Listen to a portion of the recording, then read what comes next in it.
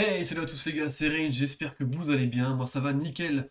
On se retrouve aujourd'hui pour parler d'un film que j'ai regardé très récemment, et c'est la première fois, oui c'est la première fois que ça arrive, je ne sais pas si j'ai réellement aimé le film ou pas, parce qu'il est très particulier, je l'ai tout de suite rangé dans la catégorie des films étranges que j'ai vus, et je vais vous parler de Tusk, c'est parti.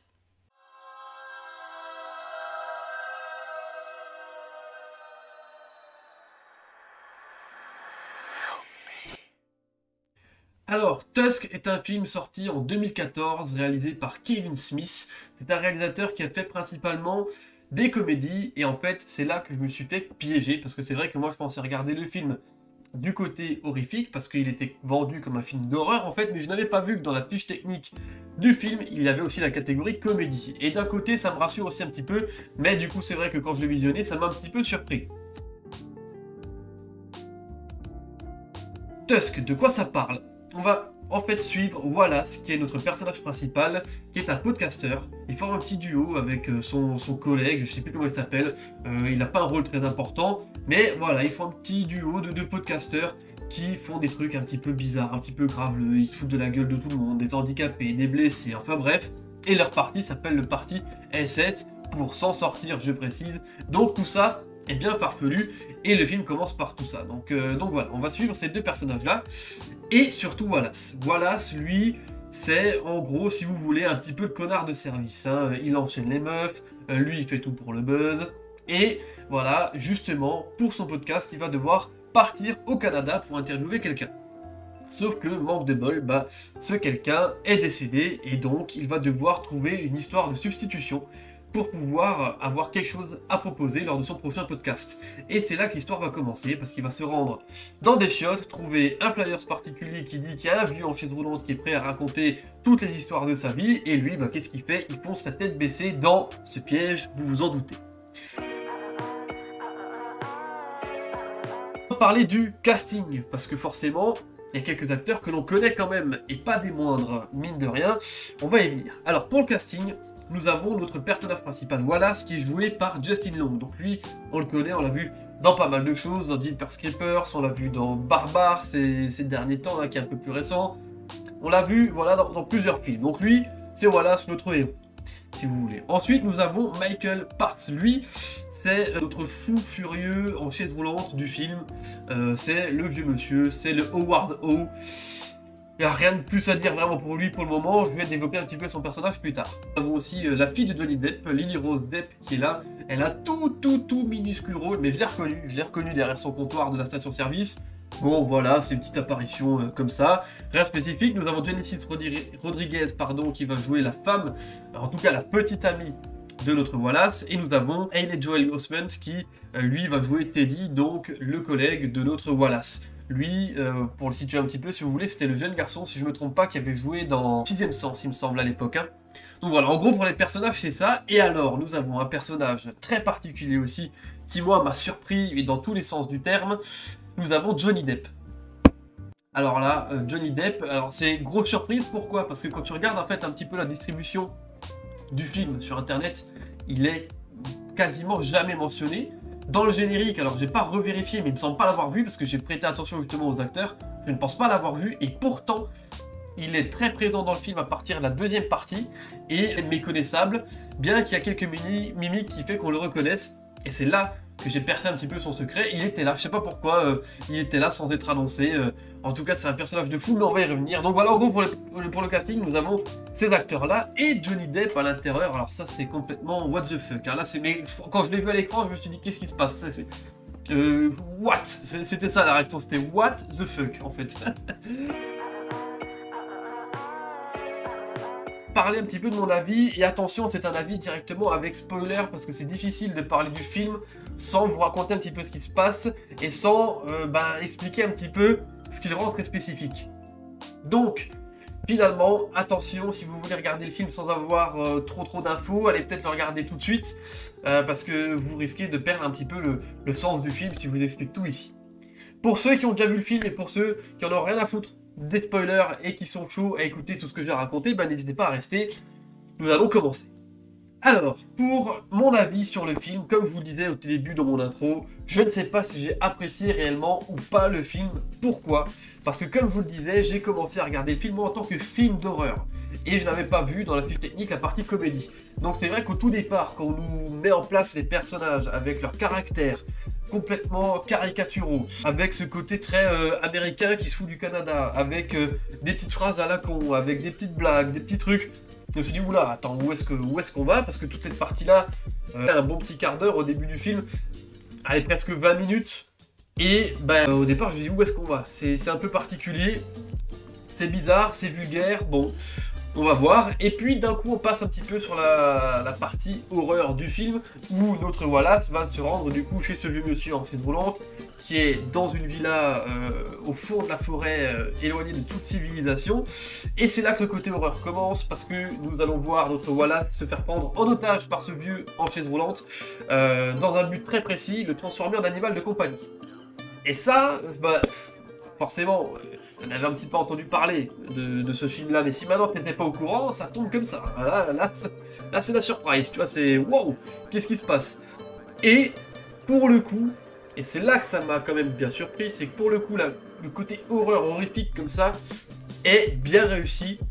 Et c'est ça que je trouve quand même intéressant et presque dommage en fait dans le film, parce que le côté comédie prend un petit peu trop le dessus à certains moments sur ce côté-là, et c'est ça qui est un petit peu raté, je trouve, parce qu'en fait le côté horrifique il n'est pas très visuel, parce que voilà, nous n'avons pas de gore, nous n'avons pas de torture à l'écran, nous n'avons pas de meurtre, nous n'avons rien de tout ça, mais par contre on a une violence, on pourrait presque dire psychologique, que notre personnage va endurer, et ça nous on le ressent aussi, parce que c'est quand même affreux ce qui lui arrive, parce que voilà, vous vous en doutez, comme je vous le disais, il veut transformer en animal de compagnie, il va finir en morse, d'où les deux petites dents là qui sont sur la jaquette. Notre personnage va se transformer en morse, et non pas par l'opération du Saint-Esprit, non, par des opérations chirurgicales, pour le coup, réalisées par notre vieux monsieur en chaise roulante. Et ça, bah, c'est le côté horrifique. C'est vrai que on a plein de plans qui sont pas gore du tout, hein, mais où on a plein de plans où on voit des ustensiles chirurgicaux posés un petit peu aléatoirement dans la salle, avec du sang, quelques morceaux de peau, de chair, de membres humains accrochés un peu à gauche à droite, pendant que notre vieux en chaise roulante explique pourquoi il fait ça. Bon, toute cette partie-là, du coup, ça crée une petite atmosphère, malgré le côté complètement jusqu'au boutiste du vieux qui veut se créer un animal de compagnie, tu vois. Mais pourtant, ça colle, on y croit, notre personnage principal est plutôt convaincant, parce que à partir de ce moment-là, il va quasiment être tout le temps sous morphine, donc à 2 de tension, mais il se rend compte qu'il y a quelque chose qui foire. Ça, c'est intéressant. En plus, nous avons très rapidement notre personnage qui sera empêché de parler, donc il va pousser des cris qui sont ignobles, et ça marche très très bien.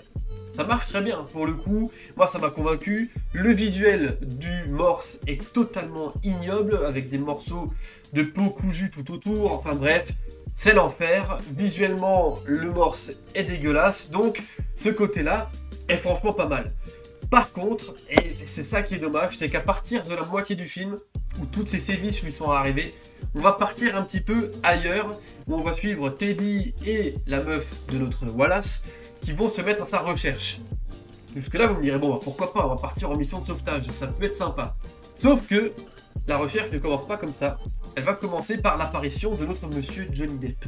Et oui, pourquoi? Parce que Johnny Depp va incarner Monsieur Lapointe, je crois qu'il s'appelle, il aurait pu s'appeler Monsieur Lapinte, et c'est pas un mauvais jeu de mots parce que c'est Johnny Depp, mais parce que le personnage est complètement alcoolisé.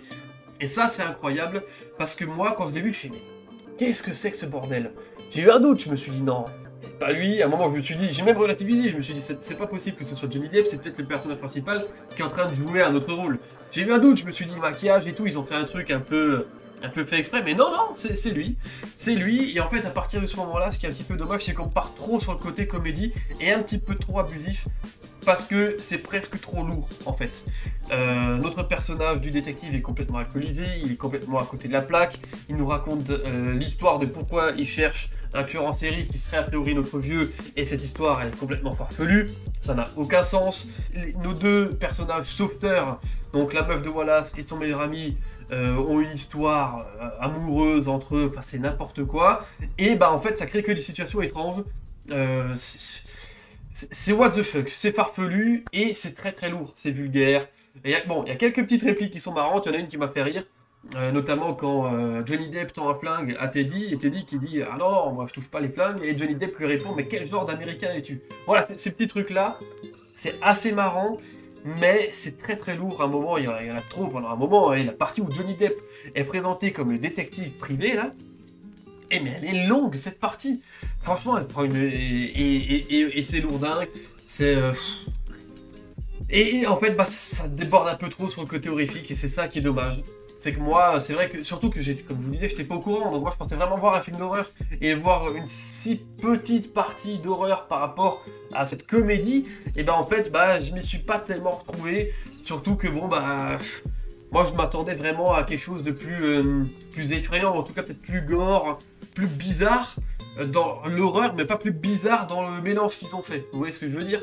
Et c'était très particulier, donc c'est pour ça que moi le film m'a un petit peu refroidi. Je sais pas trop vous ce que vous en pensez, si vous l'avez vu, le film. Parce que voilà, moi c'est vrai que j'aurais préféré, surtout vu que la partie horreur est réussie à mon goût, j'aurais préféré voir cette partie-là un peu plus longtemps.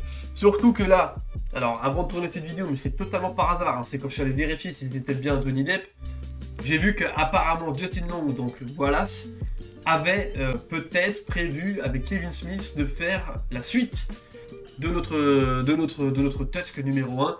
Donc c'est assez particulier, je sais pas trop jusqu'où ça va mener, surtout si on part encore sur le côté comédie, parce que le film s'arrête vraiment mi-horreur, mi-comédie, c'est un peu bizarre quoi, c'est vraiment bon.